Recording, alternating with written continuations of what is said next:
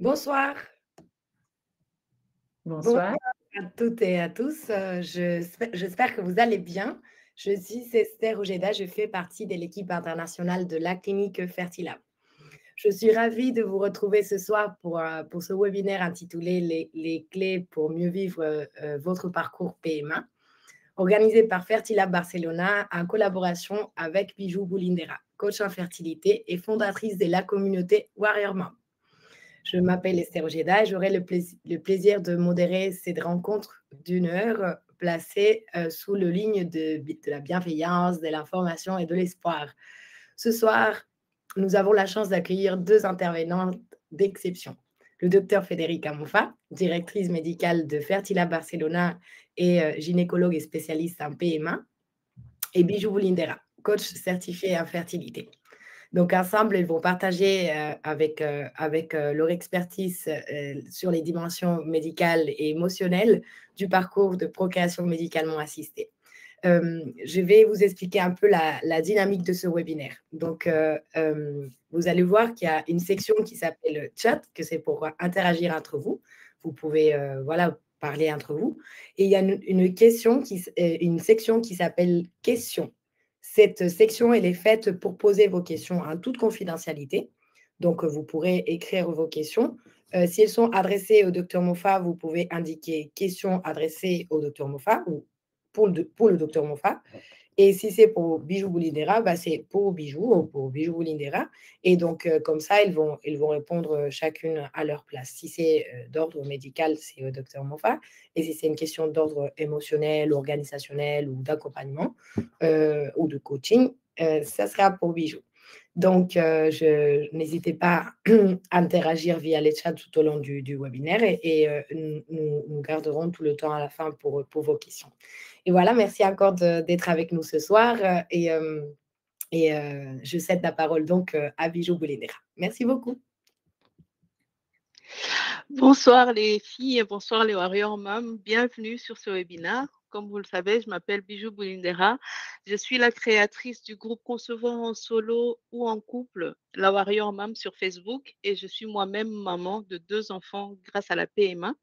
Pour celles qui ne me connaissent pas encore, je suis écrivaine de 2 livres, La Warrior Mom, Force et résilience face aux défis de la fertilité, un livre qui vous accompagne pas à pas dans votre PMA au travers des témoignages et des méthodes de coaching.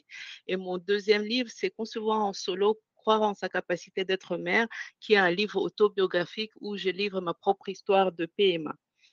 Je suis une femme engagée pour la cause de femmes et coach formée à l'Institut international de coaching. Je fais du coaching en fertilité, du coaching de vie et du coaching professionnel. Et j'ai créé le groupe Facebook pour nous accorder un lieu de bienveillance, une sorte de bulle de sérénité où, sans jugement, nous pouvons exprimer nos craintes, nos espoirs, nos victoires de parcours du combattant qu'est la PMA. Notre partenariat avec la clinique Fertilab nous aide à aller plus loin avec, d'une part, des réductions dans les traitements de la PMA qui vont jusqu'à 10% sur tout le parcours de PMA et parfois ponctuellement, ça peut aller jusqu'à 15%. Tous les liens de réduction, vous les trouverez sur mes pages Facebook, sur les réseaux sociaux ou autrement aussi, on vous partagera dans le chat. Et d'autre part, ce partenariat nous donne l'opportunité, comme aujourd'hui, de poser un maximum de questions aux experts de la PMA. Et sans plus tarder, je laisserai la parole au docteur Mouffa, que je remercie infiniment au nom du groupe Concevoir en solo et en couple, de prendre son temps gratuitement pour nous aider dans ce parcours qui est parfois très, très, très égoïste et très dur. Merci, docteur Mouffa. Merci à tout le monde. Merci d'être ici et de pouvoir créer un espace pour partager. Merci Bijou, hein, c'est toujours très intéressant quand tu organises quelque chose avec nous. Ça donne la possibilité de parler un peu de tout.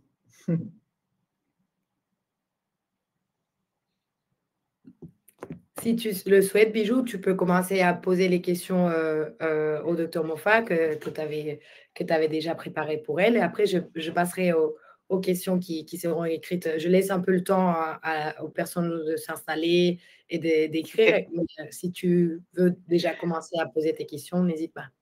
Ok, ça marche. J'ai plein de questions en fait pour les femmes qui n'ont pas pu se joindre à nous aujourd'hui parce qu'elles travaillent et j'en ai collecté certaines pour vous, docteur, et ça sera profitable aussi pour les femmes qui sont connectées.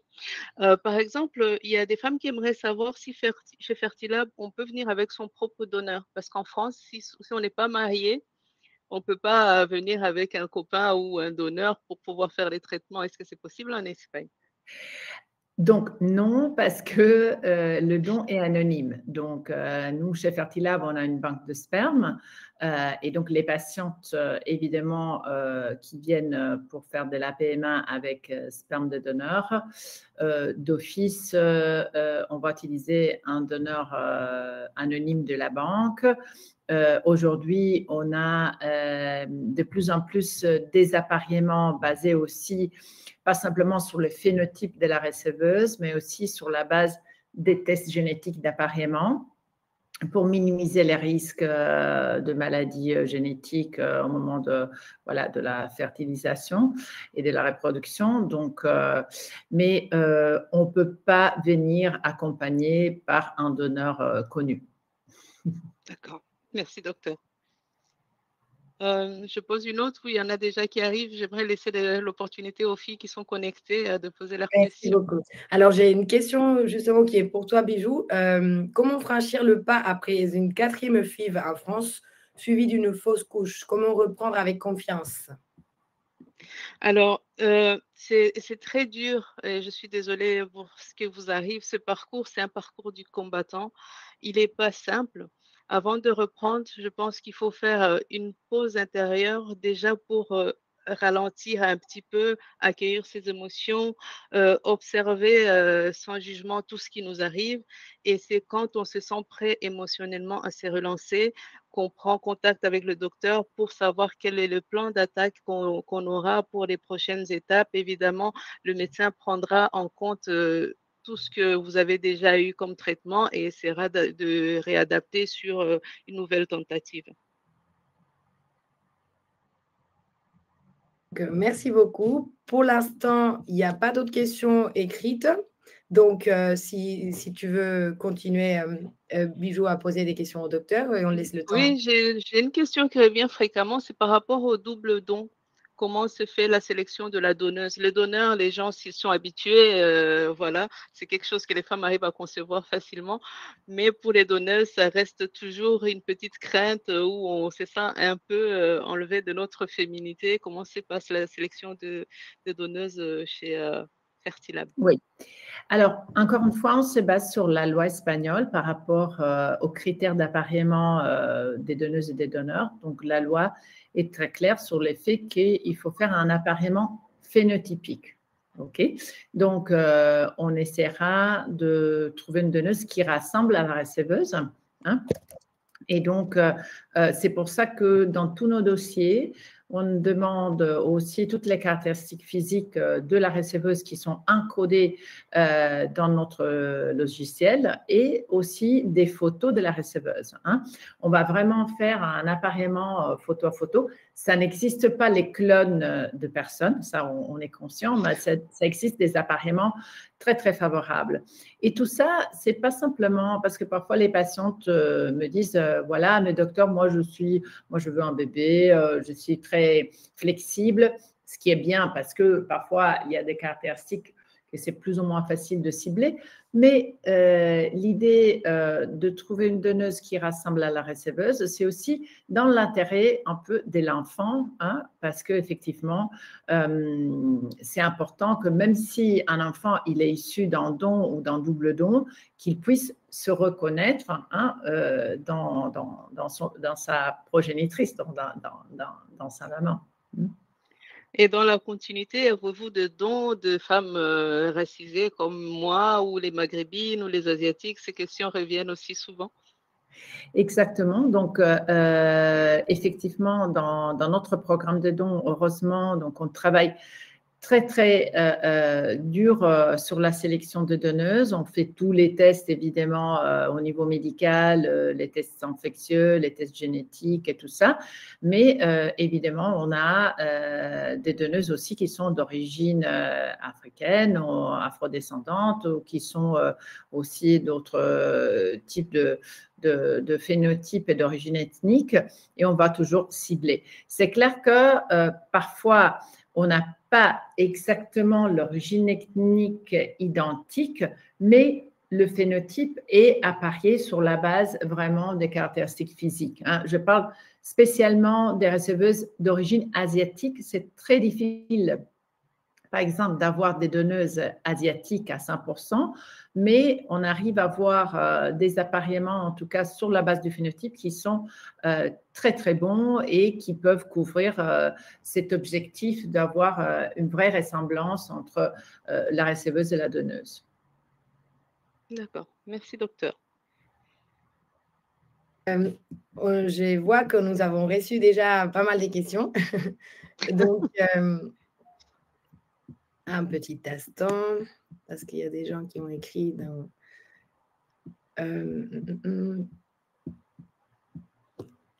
Avec les spermes du conjoint, mes dons de vos sites, est-ce que je transmets quelque chose à l'enfant que je pourrais porter?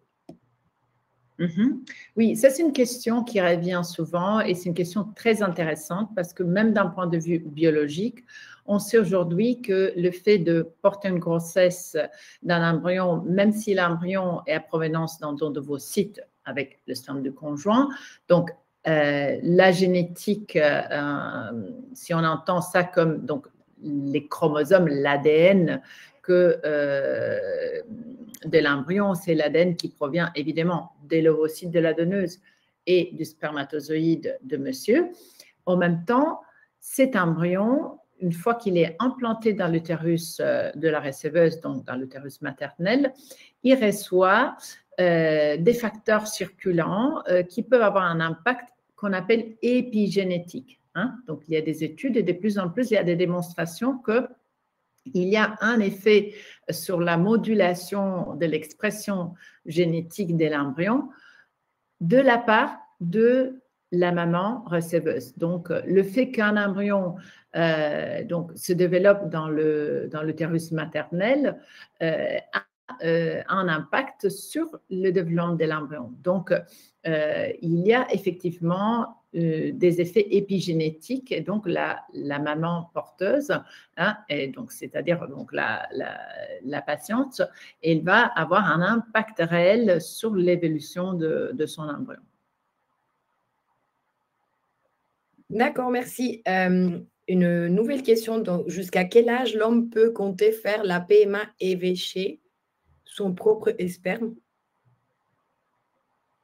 Je ne sais pas, ça veut dire quoi? Donc, je peux répondre en général sur la PMA. Donc, en Espagne, il n'y a pas des limites strictes posées par la loi. Donc, on laisse aux médecins d'appliquer des traitements de manière raisonnable pour qu'il y ait une bonne possibilité de réussite avec pas trop de risques de complications. Donc, la plupart des cliniques, et donc nous aussi, on pose à 50 ans la limite d'âge pour faire un traitement des PMA. C'est clair que si on parle par exemple de la fécondation in vitro, donc quand on veut utiliser ses propres gamètes pour des raisons de réussite, la limite d'âge pour accéder à une fécondation in vitro est posée à 43, grand maximum 44 dans des cas, disons, avec une réserve ovarienne correcte, etc. Mais donc, ça, c'est les limites biologiques. Pour ce qui concerne les hommes, parce qu'on ne parle jamais des messieurs, mais aussi pour des patients, il n'y a pas des limites supérieures de l'âge, mais c'est clair qu'à partir des 50 ans aussi pour les hommes, il y a quand même plus de risques d'avoir des résultats inférieurs en termes de fécondation si on utilise le sperme d'une patiente qui a déjà plus que 50 ans et encore plus si on dépasse la soixantaine. Il y a des études qui montrent aussi plus de risques génétiques aussi pour l'enfant. D'accord, merci. Alors, je passe à lire une question pour Bijou. Quel est le meilleur conseil pour appréhender avec sérénité un parcours en Espagne, le transport, le traitement? Et après, c'est écrit question pour le docteur et question pour le coach.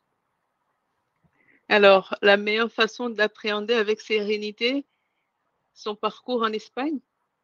Selon mon expérience, je pense que c'est première chose, c'est l'organisation, avoir un bon feeling avec la clinique dans laquelle on est, se sentir en confiance et ensuite planifier un petit peu le logement, tout ça en avance. De toutes les façons, les bonnes cliniques comme Fertilab, on a des bons feedbacks. C'est que ils vont vous assister jusqu'au bout, ils vont vous expliquer quand et selon les traitements quand est-ce que vous pouvez prendre l'avion, quand est-ce que vous pouvez faire tel ou tel traitement. Ça permet d'être sereine dans son organisation et de faire son traitement facilement. D'accord, merci. J'ai une autre question. J'ai 47 ans.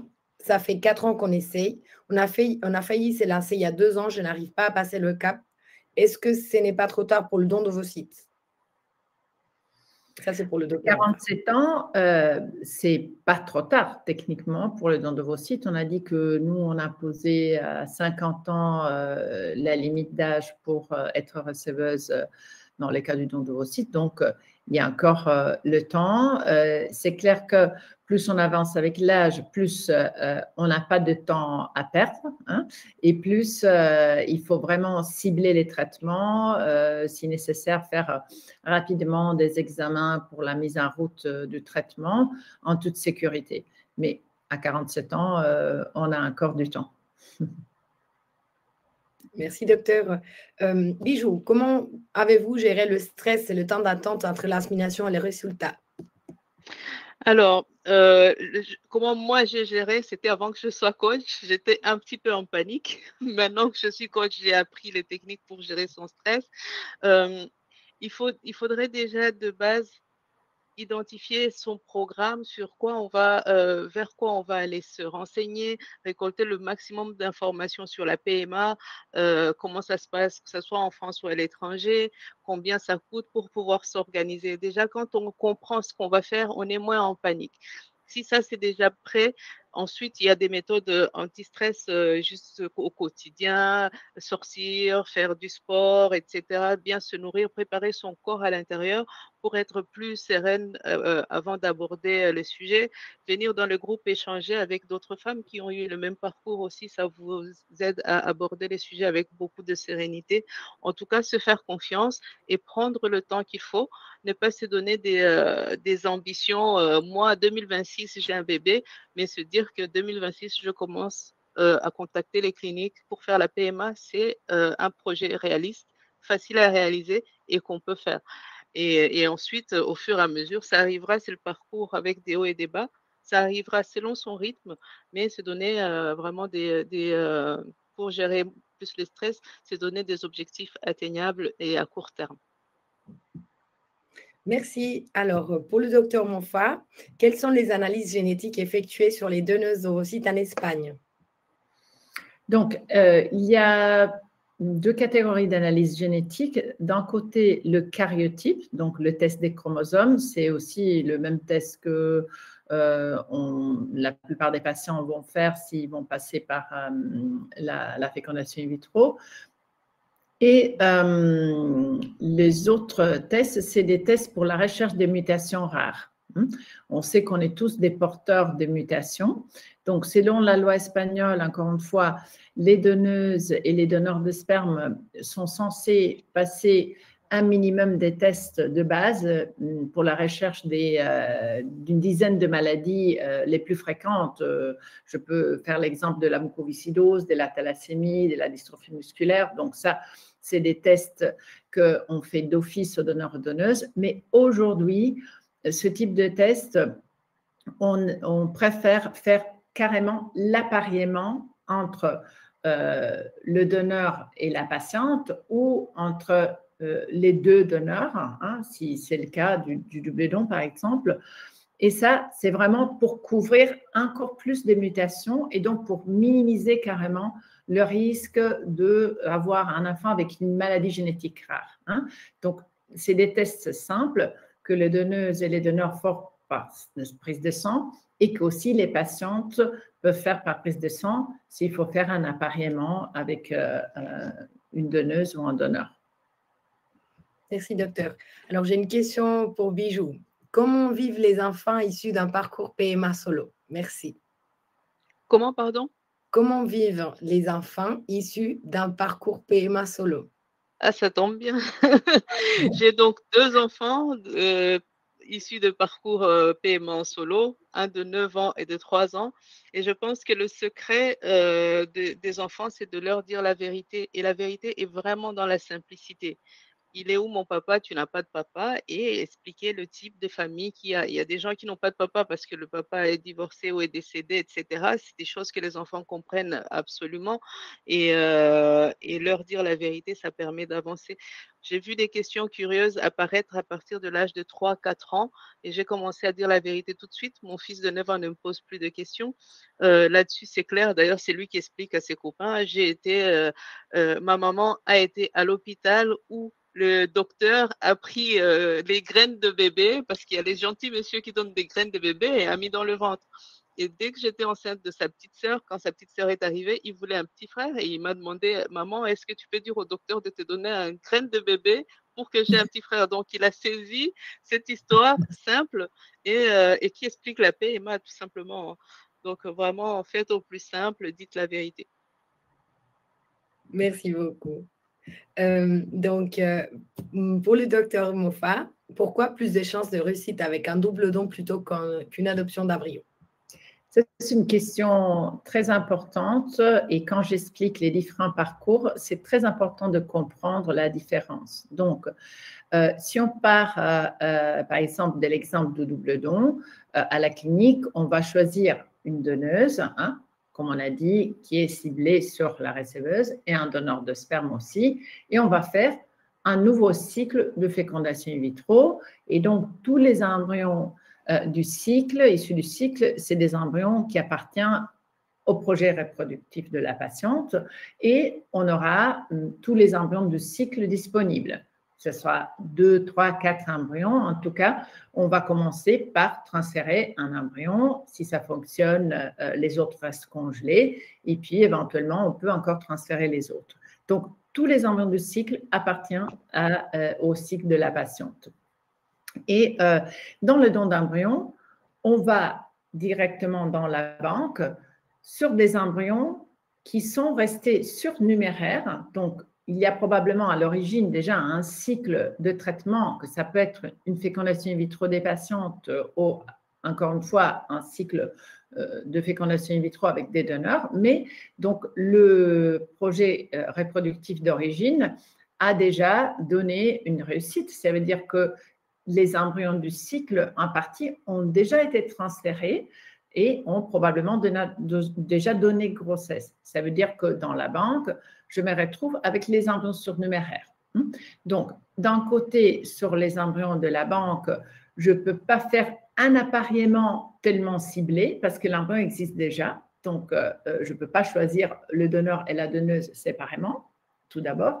Et puis, c'est pratiquement jamais le premier embryon du cycle, hein, parce que c'est très probable que déjà un ou deux embryons du cycle, ce qu'on a mis, disons, en grading comme les meilleurs, ont déjà été transférés. Donc, globalement, sur le don d'embryon, c'est un cycle plus simple, mais il faut accepter que c'est des embryons qui sont des embryons surnuméraires. Donc, statistiquement, il y a un peu moins de chances par embryon de donner la grossesse et la naissance. Ça reste des embryons à haut potentiel, hein, parce que même dans le don d'embryon, la limite d'âge de l'ovule, hein, c'est à provenance d'une femme qui a moins que 35 ans. Donc, à la base, c'est quand même des embryons qui donnent des bonnes chances, mais c'est un peu inférieur par rapport au double don. Docteur, sur cette question-là, si je comprends bien, ce que vous dites, c'est que si par exemple on a 5 embryons fécondés d'une part et 5 embryons de l'autre, pour les embryons surnuméraires, c'est-à-dire sur les 5, on aura mis les 5 meilleurs du meilleur et on aura utilisé peut-être les 2 top meilleurs qui ont fait un enfant et il nous reste les 3 autres qui sont moins meilleurs. Mais sur l'autre traitement, tous, ils sont garantis. Donc, on a le top meilleur jusqu'aux 5. Tous les 5 seront les meilleurs et du coup, il y a plus de réussite par rapport à la qualité aussi, c'est ça? Oui, c'est-à-dire que dans un cycle, même dans le double don, ils ne sont pas tous identiques, hein, les embryons. Et nous, quand on congèle des embryons sur un cycle, c'est toujours des embryons des bonnes qualités. Mais il y a une variabilité. Parmi la bonne qualité, il y a le top score et il y a quand même des embryons de qualité bonne, mais qui sont quand même en deuxième, troisième position. Hein? OK. Donc, sur le double don, évidemment, on peut se permettre de partir du premier embryon du cycle. Merci, docteur. J'ai une nouvelle question. J'ai une réserve ovarienne basse, AMH entre 0,20 et 0,40. Combien faut-il au minimum d'ovocytes pour faire une PMA? Donc, ça dépend aussi de l'âge de la patiente parce que ce n'est pas exactement la même chose une réserve ovarienne faible à 32 ans ou une réserve ovarienne faible à 42 ans. Okay? Donc, c'est clair que la quantité d'ovocytes nécessaire pour procéder à une fécondation in vitro, en général, j'aime pas amener une patiente à la ponction ovarienne si elle a moins que 3 follicules. Donc, mais l'idéal, plus d'ovocytes on obtient sur la ponction folliculaire et plus de chances j'ai d'obtenir une fécondation et des embryons disponibles pour le transfert. Donc, sur une réserve ovarienne 0,2-0,4, il faudrait voir aussi la compte folliculaire, hein, parce que ça, c'est aussi important. Nous, quand on parle de réserve ovarienne, on se base beaucoup sur l'AMH, mais aussi sur la compte folliculaire, parce que parfois, on voit qu'une patiente qui a une AMH faible, elle a quand même visible à l'échographie 4-5 follicules, hein, et donc on peut partir. Si l'AMH faible, on a une compte folliculaire inférieure à 2, c'est fort probable que la patiente réponde très peu à la stimulation. Donc, pour donner une réponse plus concrète, je pense que ça ne vaut pas la peine d'aller jusqu'à la ponction ovarienne s'il y a moins que 3 follicules à l'échographie. Merci, docteur. Alors, là, j'ai une question pour Bijou. Comment savoir si on est prête pour être maman solo?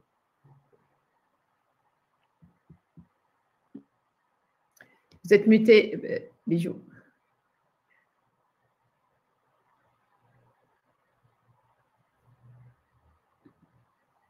Ok. Très bien, désolée. Oui, je disais que c'est une question très personnelle. Je ne dirais pas que c'est une vocation ou autre. En fait, il y a un moment où cette question commence à trotter dans la tête parce que ce n'est pas tous les jours. Moi, à 25 ans, je n'avais pas ce genre de questions. Si aujourd'hui, vous avez eu l'annonce, je ne sais pas, ou sur mes réseaux sociaux, sur ce forum et que vous êtes inscrit pour venir, c'est que quelque part, il y a déjà un appel, il y a déjà cette idée qui est en train de mûrir en vous. C'est vraiment comme ça que ça se passe. Et pourtant, il y a 1 an, il y a peut-être 5 ans, ce n'était pas du tout le réflexe. Ces genres de publicité ou autres étaient plutôt transparents. À un moment, on le sent au fond de soi, tout simplement. C'est vraiment pas aussi compliqué que ça. Merci. Dans quoi l'épigénétique joue un rôle? Qu'est-ce que la récéveuse apporte à l'enfant concrètement, docteur Monfard? Alors, j'ai déjà répondu avant en parlant de le rôle de l'épigénétique. Pour aller dans des détails plus techniques, c'est vraiment la possibilité de moduler l'expression génique dans l'embryon. Je fais un exemple, peut-être c'est plus facile à comprendre. Si je transfère un embryon dans l'utérus d'une récéveuse ou d'une autre, d'une patiente ou d'une autre patiente, l'enfant qui va naître même s'ils ont les mêmes gènes, hein, ce n'est pas le même enfant. Parce que, surtout pour ce qui concerne la santé du bébé, donc on sait déjà que, par exemple, l'exposition pendant la grossesse d'un embryon, par exemple, à des valeurs circulant de glycémie élevée, donc certains paramètres, par exemple, voilà, du sucre circulant, peuvent impacter sur la probabilité future de cet enfant d'être exposé au moins au diabète quand il est adulte. Hein. Donc, ce n'est pas simplement un impact direct pendant la grossesse, mais le fait que nous, on passe à notre embryon pendant la grossesse tous des facteurs des croissances, etc., ça va aussi déterminer sa prédisposition à avoir une bonne santé ou certaines prédispositions plus ou moins. Donc, ça, c'est comme ça que ça fonctionne la génétique. Après, c'est un argument assez complexe de génétique, mais on pourrait l'expliquer simplement avec ces exemples que je viens de donner. Merci, docteur. Je crois que cette question, elle est pour Bijou. Quels sont les retours des femmes sur leur rapport à la maternité qui ont eu recours au don d'ovocytes? Est-ce facile de se dire que nous sommes mamans, même si elles sont issues d'un don d'ovocytes? Je ne sais pas si c'est pour le docteur ou pour Bijou. Moi, j'ai quelques retours. Peut-être que le docteur aussi peut nous partager ses retours. Les femmes qui font tellement la démarche PMA pour finir à l'ultime demande de don d'ovocytes ont vraiment envie d'être mères. Et quand elles arrivent à avoir un bébé dans leurs bras, elles réalisent un rêve. Donc, c'est juste l'accomplissement d'un rêve après plusieurs échecs, après plusieurs difficultés, après peut-être un cancer où on leur a dit qu'elles ne pourront jamais avoir un enfant, etc. Et donc, elles sont heureuses d'avoir cet enfant. J'ai rarement rencontré une femme qui disait, bon, l'enfant n'a pas des yeux bleus, donc moi, j'aurais voulu. Non, c'est vraiment très rare. Et quand on n'a pas le choix et qu'on a l'opportunité de pouvoir avoir un double don ou un don d'ovocytes, c'est une chance inouïe. En général, elles sont vraiment épanouies. Oui. Moi, je suis tout à fait d'accord et c'est très correct ce que tu viens de dire, Bijou, par rapport au fait que je dis souvent à mes patientes qui se posent des questions et je dis, bah, déjà, le fait que vous êtes en train de surmonter tellement d'épreuves, est-ce que vous êtes déjà maman? Donc, ce désir d'enfant, ce projet reproductif tellement voulu et tellement parfois difficile, fait déjà de la patiente une maman à 100%. Et moi, je dirais encore avant d'avoir l'enfant dans les bras, déjà de la première échographie, quand on attend le rythme cardiaque, cet embryon, comme on a dit, aussi par tous les processus d'épigénétique, par tous les processus très charnels, hein, je voudrais dire, de porter une grossesse, c'est vraiment immédiatement on est maman. Je ne vois pas autre chose qu'une maman avec son bébé. Merci beaucoup. Alors, pour le docteur, je suis un parcours PMA actuellement. J'ai eu une insémination et j'ai fait une grossesse biochimique. Est-ce que si je refais une insémination avec le même donneur, j'ai des risques de refaire une grossesse biochimique? Pas spécialement, parce que en plus que sûrement le donneur de sperme, c'est quand même déjà très testé, sélectionné, etc.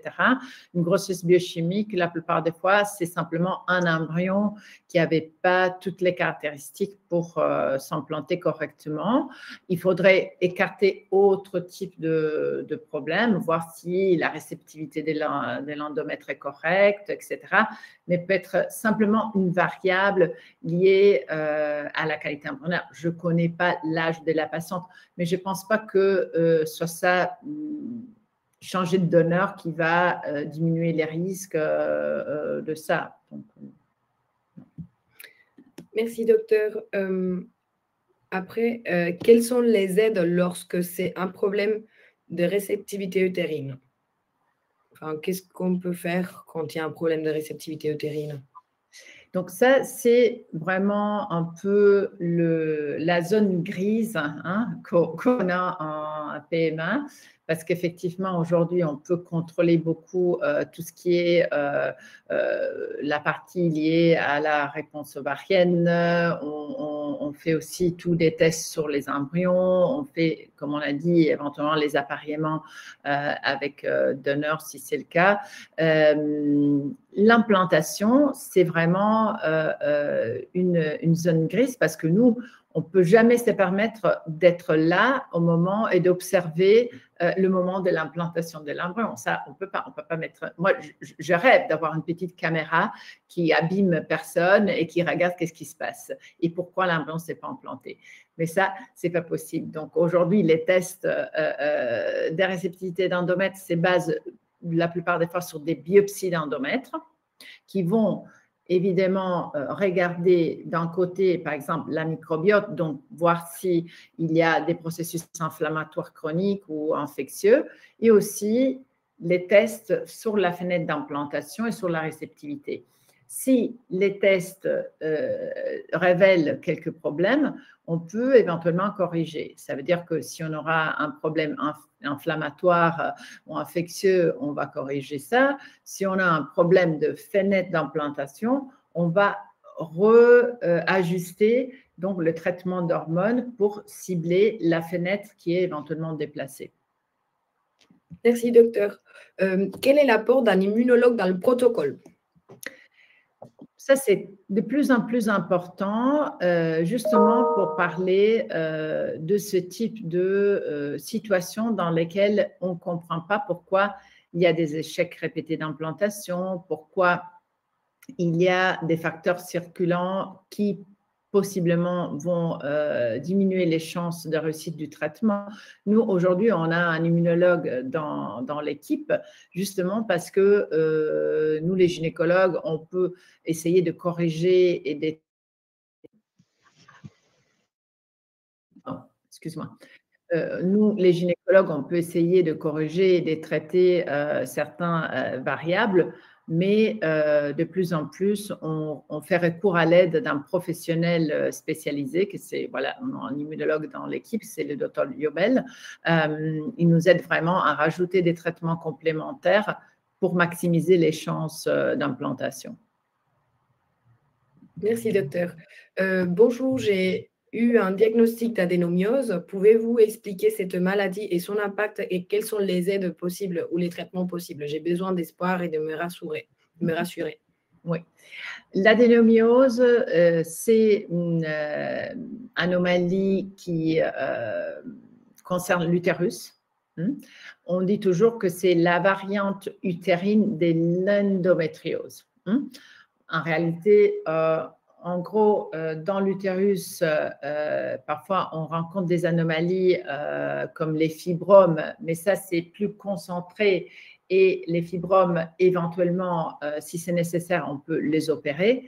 Par contre, l'adénomiose, on ne peut pas l'opérer. Donc, c'est une maladie qu'on ne peut pas traiter par voie chirurgicale. Il faut la traiter par voie médicamenteuse. Donc, c'est-à-dire que la paroi de l'utérus, on sait tous que c'est un muscle. Okay, donc, la paroi de l'utérus, dans l'adénomiose, peut être concernée des zones qui sont, disons, plus fibreuses, qui ont probablement des altérations aussi de la vascularisation. Et donc, ça peut aussi donner un impact finalement sur la croissance de l'endomètre et surtout sur la réactivité de l'endomètre. Comment traiter une adénomiose? Il y a différentes manières de la traiter. Ça dépend aussi de la gravité de la maladie. On peut arriver parfois à bloquer toute la production hormonale de la patiente, donc donner des médicaments qui sont des inhibiteurs complets de l'activité des estrogènes pour faire une espèce de reset et mettre un peu l'utérus au repos. Et puis sur ça, commencer la préparation pour l'implantation. Aussi, on peut rajouter, par exemple, des traitements avec des doses plus importantes de progestérone. Il y a des études qui ont montré que les patientes avec adénomyose ont besoin d'une dose plus importante de progestérone pour revenir à une réceptivité plus favorable. Voilà. Merci, docteur. Là, j'ai une question pour Bijou. Oui, excusez-moi. J'avais une question pour le docteur avant d'avoir ma question. Docteur, on me demande souvent, c'est quoi la garantie de naissance ou la garantie de grossesse que les cliniques offrent en général? En quoi ça consiste juste cette garantie? Oui.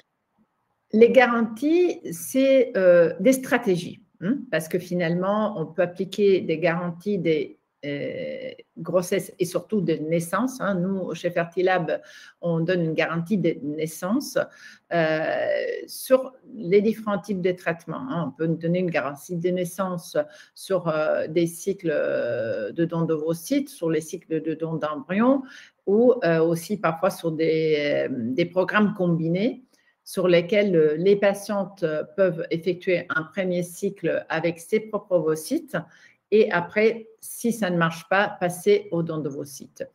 Mais donc, les garanties de grossesse et naissance se basent sur le fait qu'on donne à la patiente la possibilité de faire 3 essais de traitement qui sont tout compris avec toutes les procédures de fécondation et de transfert incluses. Et si au bout de 3 cycles complets, la patiente n'a pas obtenu la grossesse et le bébé, donc la naissance carrément, donc même en cas de fausse couche, on est couverte, nous, on prend sur nous l'échec et on rembourse. C'est clair qu'on peut faire ce type d'assurance parce que les probabilités de réussite globale sur 3 essais complets sont très élevées, évidemment. Ce que je ne sais jamais à la base, c'est si la patiente aura sa grossesse et le bébé aux premières tentatives ou elle doit nécessiter de passer à travers plusieurs tentatives. Donc, si elle est dans le cadre d'une garantie de naissance, elle va être couverte jusqu'au bout, jusqu'à la naissance du bébé. D'accord, merci. Donc, elle peut faire 3 maximum ou plusieurs jusqu'à la naissance? 3 essais jusqu'à la naissance, c'est-à-dire que 3 essais, par exemple, si on parle du don d'ovocytes, c'est 3 cycles avec 3 donneuses. Ça veut dire donc 3 cycles, ça veut dire qu'à chaque cycle, peut-être, on a 3-4 transferts de disponibles. D'accord, ok. Ah oui, autant de fois. Oui. Une garantie de grossesse qu'on appelle baby fertile sur le don d'ovocytes, ça implique la possibilité, si nécessaire, d'arriver à compléter 3 cycles de fécondation avec tous les transferts qui suivent. Merci, docteur. Je passe à une question pour Bijou. Donc, Bijou, tu m'entends? Je vois que son image, elle est congelée. Je ne sais pas si, je passe donc à une question pour le docteur Monfa. Donc, un petit instant. Est-ce que le groupe sanguin du donneur peut avoir impact sur la receveuse? Pas du tout, absolument pas. C'est un peu comme si on pensait qu'on devrait choisir un partenaire qui a soit notre propre groupe sanguin. Donc, il n'y a aucun impact. Même si parfois on aurait le même groupe sanguin, l'enfant, il pourrait naître aussi dans notre groupe. Je fais l'exemple, par exemple, je suis groupe A et mon partenaire ou mon donneur est de groupe A, je peux possiblement avoir un enfant groupe O. Donc, surtout sur le don de sperme, je dis toujours aux patientes que le groupe sanguin du donneur n'a aucun impact et je préfère me concentrer sur l'appareillement phénotypique, donc de trouver un donneur de sperme qui peut être appareillé correctement physiquement sans devoir être conditionné par le groupe sanguin. La seule raison pour laquelle on peut parfois choisir un donneur avec un rhésus RH négatif et si la receveuse est RH négative. Donc là, on peut prioriser un donneur de sperme RH négative pour éviter à la patiente, à l'accouchement, de devoir faire une injection contre l'immunisation materno-fétale. Mais ceci dit, il y a des patientes RH négatives qui vont accoucher des enfants RH positifs et vont juste à la maternité avoir l'injection, pas plus. Merci, docteur. Je vais poser une question à Bijou. Donc, comment faire face à l'attente et à l'incertitude entre les étapes de la PMA?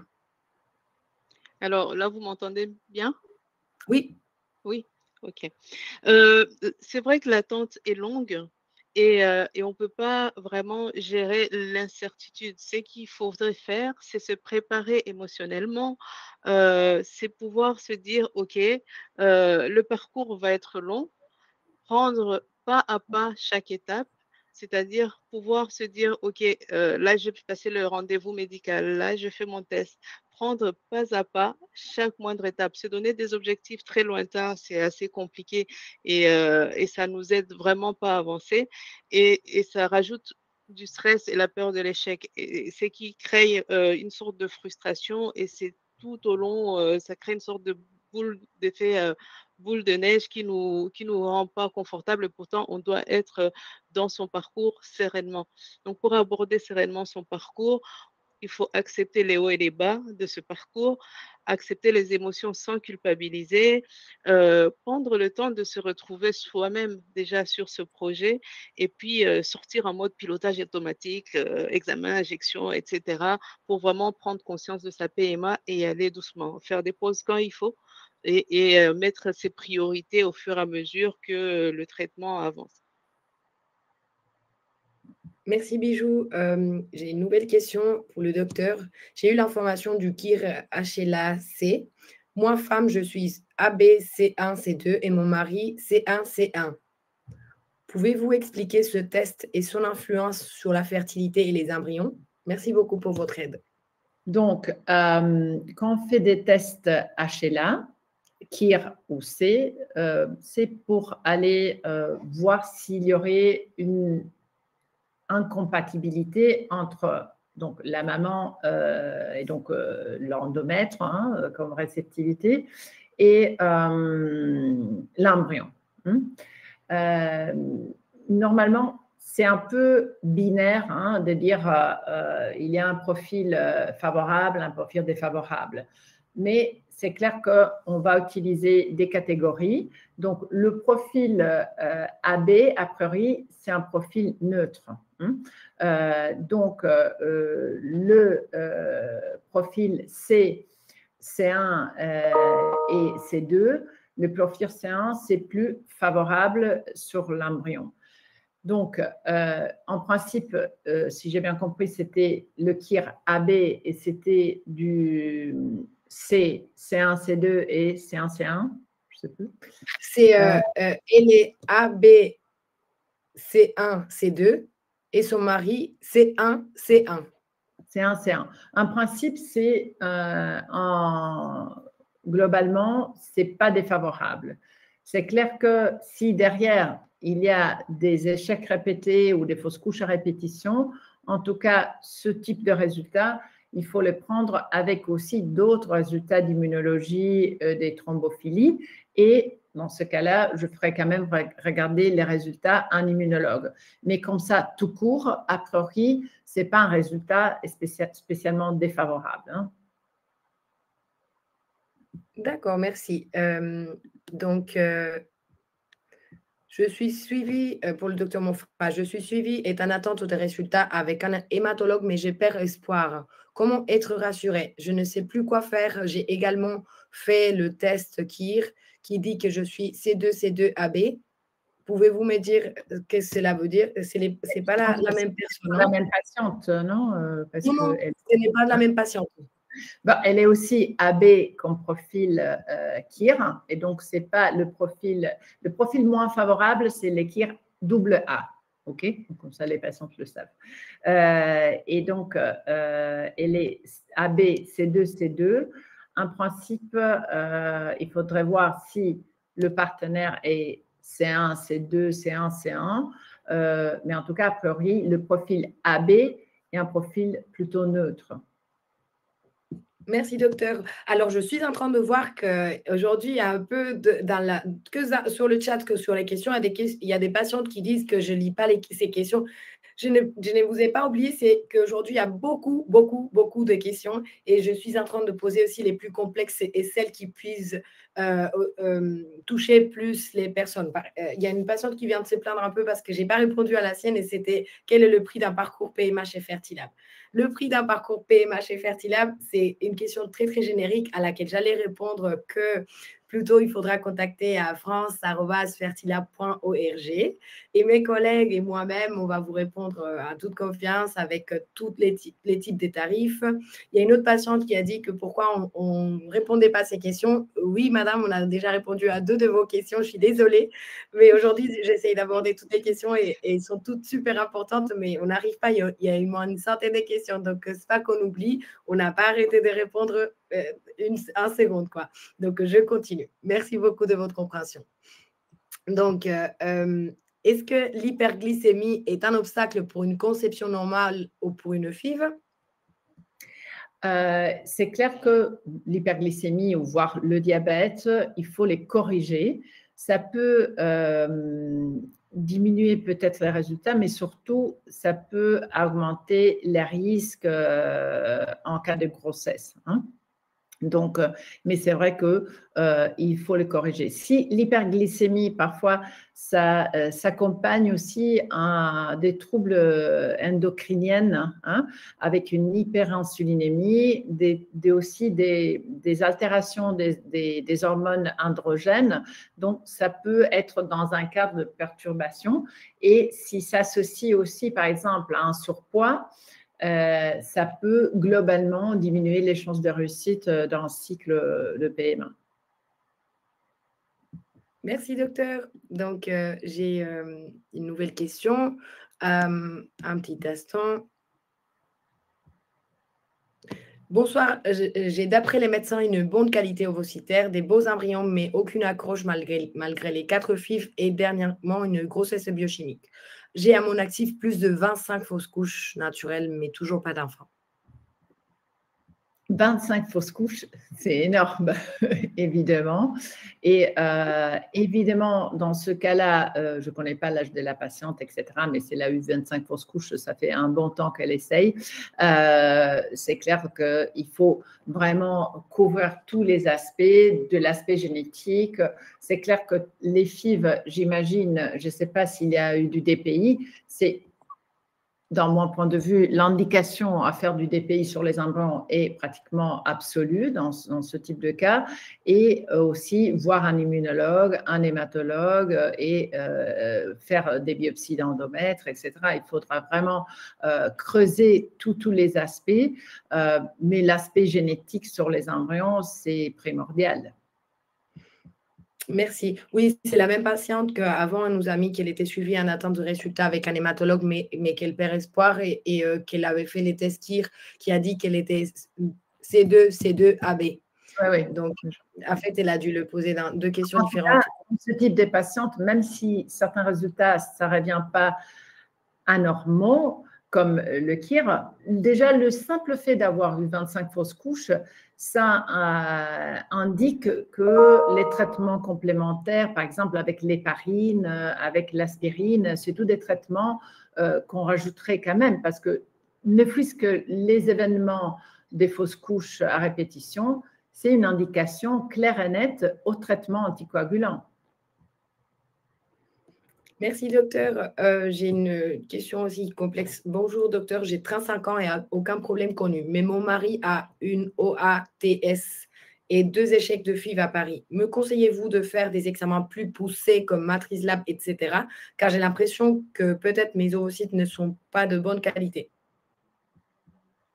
Ok, donc le test Matrice Lab est sur l'utérus. En réalité, on est en train de parler de la réceptivité utérine. Donc, évidemment, on peut faire des tests de réceptivité utérine, mais encore une fois, si on a des problèmes des spermatozoïdes, on devrait peut-être faire des tests plus poussés, comme la fragmentation d'ADN, ça peut-être ils ont fait, mais sur le spermatozoïde.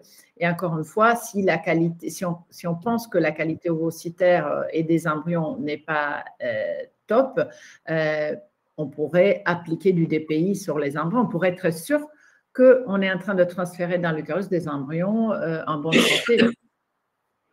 Merci, docteur. J'ai une patiente qui nous a demandé qu'est-ce qu'il en est des anticoagulants circulants de type lupique. Ok, donc le lupus est une maladie auto-immune et l'anticoagulant lupique, c'est l'expression parfois dans lupus tout court ou bien une altération du système immunitaire. Donc, il faut mettre ce résultat dans l'ensemble du cadre clinique de la patiente. Mais par exemple, si elle a eu voilà, soit des fausses couches, soit des échecs à répétition, encore une fois, c'est une patiente que j'ai donc conseillerais de voir l'immunologue, par exemple. Merci, docteur. Là, il est déjà 20 heures. Je suis vraiment désolée des questions qui n'ont pas pu être répondues. Je vais poser une dernière question à Bijou. Quelles astuces ou conseils utiliser pour reprendre le contrôle de sa PMA? Alors, oui, désolé les filles qu'on n'ait pas le temps de parcourir toutes les questions, mais on va organiser d'autres webinaires pour vous et on prendra le temps de répondre à toutes vos questions. Cette astuce, je l'ai partagée dans mon livre parce que moi-même, je l'ai utilisée au travers de mes PMA. Je lui ai même donné un nom, hein, la méthode de 3P, c'est-à-dire pause, protection et priorité. La pause est le premier pas vers la clarté. Elle consiste à ralentir, accueillir ses émotions, observer la réalité sans jugement et accepter les hauts et les bas émotionnels, j'en ai parlé. La protection, ça vise à poser des limites émotionnelles et relationnelles, c'est-à-dire créer un environnement assez bienveillant et soutenant. Apprendre à dire non, à se préserver, à choisir à qui on confie son histoire, simplement, s'éloigner des sources de stress ou les discours négatifs, certains familiaux, amis ou réseaux sociaux.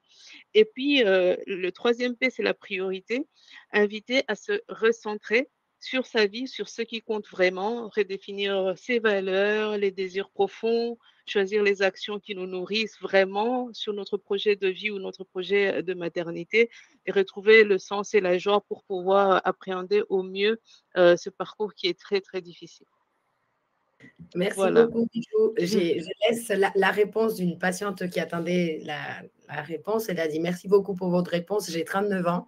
C'est la dame, vous ne savez pas quel est son âge. J'ai eu une consultation avec le docteur Monfray et d'autres centres PMA en Espagne. Nous étions en pleine réflexion, mais ce webinaire me reconforte dans mon choix de la clinique. Merci beaucoup. Oui, j'ai reconnu la patiente, hein, les 25 fausses couches, ça me parlait beaucoup. Donc, on espère que tout se passera très bien pour vous. Nous sommes vraiment désolés des questions qui n'ont pas pu être répondues, mais ce n'est pas perdu. Si ça ne vous dérange pas, vous pouvez écrire à l'adresse france@fertilab.org pour poser les questions qui n'ont pas pu être répondues. On les répondra dans les plus brefs délais.